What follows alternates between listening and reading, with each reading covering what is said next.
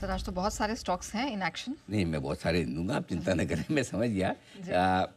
वही दूंगा जो जिसके बारे में आप जानती पहचानती अच्छे से। पहला है BSE, बॉम्बे स्टॉक एक्सचेंज। इसका लाइफ हाई है 6,133 रुपये का, जहाँ से सिर्फ 150 रुपये दूर है। एग्जैक्टली 150-200 रुपये मान लीजिए, ठीक है। 6 मंथ, ये कमाल का शेयर है, मतलब कमाल का मतलब कमाल धमाल बेमिसाल है एकदम, बिल्कुल वैसा, ठीक है। बढ़ने में सबसे आगे है। करेक्ट।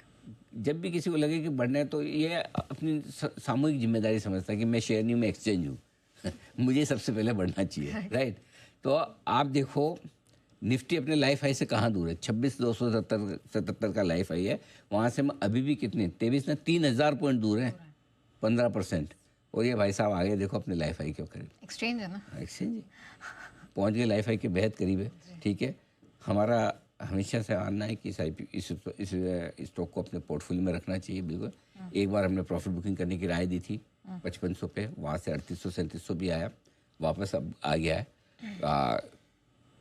जब तक NSE का IPO ना आए तब तक आपको होल्ड करना है। क्या है इसमें मेरे अच्छा एक और चीज़ बताऊँ, इस one of the most successful calls from my side in terms of investment, in terms of और भी होंगे एक दो, बट ये बार पे इसकी क्रेडिट मैं NSE को देना चाहता हूँ।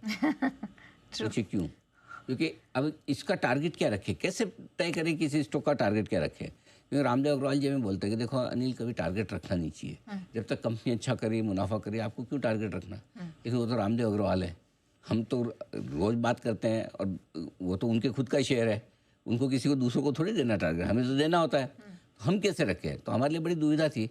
तो मैंने इसका फॉर्मूला निकाला, जब हमने BSE रिकमेंड किया, हमने फॉर्मूला ये देखा है, देखो BSE को कंपेयर कब किया जाएगा कि ये सस्ता है या महंगा है, जब NSE का IPO आएगा। NSE का IPO क्या वैल्यूएशन पे आएगा, वो BSE को देख के आएगा, ठीक है। तो जब NSE का IPO आएगा तब हम देखेंगे कि BSE को रखना है बिना। अच्छा, अब NSE की किस्मत समझो या हमारी समझो, IPO उनका डिले होता गया, BSE बढ़ता गया, इस चक्कर में हमारा सेल को लाया ही नहीं राइट। तो कभी कभी क्या होता है, बहुत सारी चीज़ें ना अनप्लैंड होती है, किस्मत से भी हो जाती है। तो जिन लोगों ने सिर्फ एक फॉर्मूला, इसमें हमने फॉर्मूला किया, जब तक NSE का IPO आएगा नहीं बेचेंगे। सही था और वो काम कर गया फॉर्मूला।